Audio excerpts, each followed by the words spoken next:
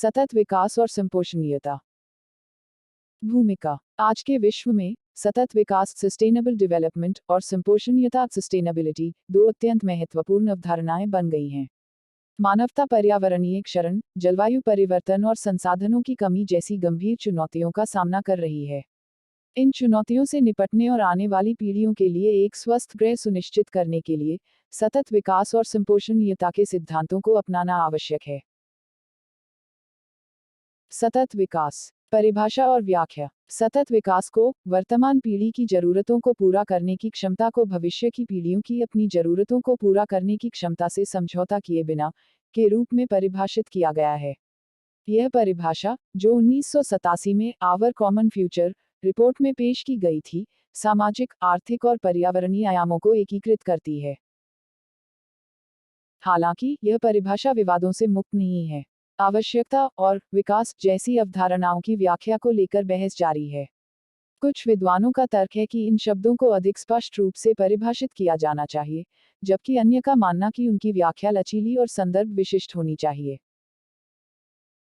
संपोषणीयता अवधारणा और महत्व। संपोषणीयता को किसी चीज को बनाए रखने या टिकाए रखने की क्षमता के रूप में परिभाषित किया गया है। सतत विकास के संदर्भ में संपोषणीयता का अर्थ है प्राकृतिक संसाधनों का उपयोग इस तरह से करना कि वे भविष्य की पीढ़ियों के लिए उपलब्ध रहें।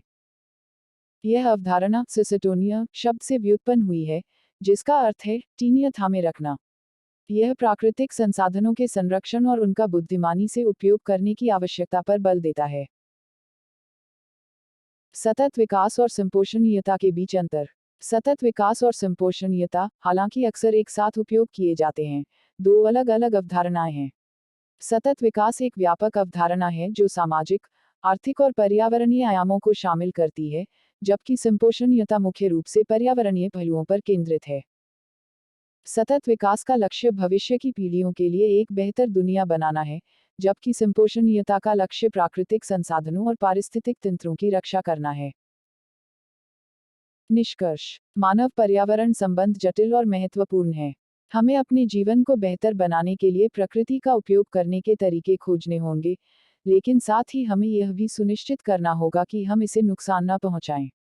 सतत विकास ही वह रास्ता है जिससे हम एक स्वस्थ और टिकाऊ भविष्य का निर्माण कर सकते हैं।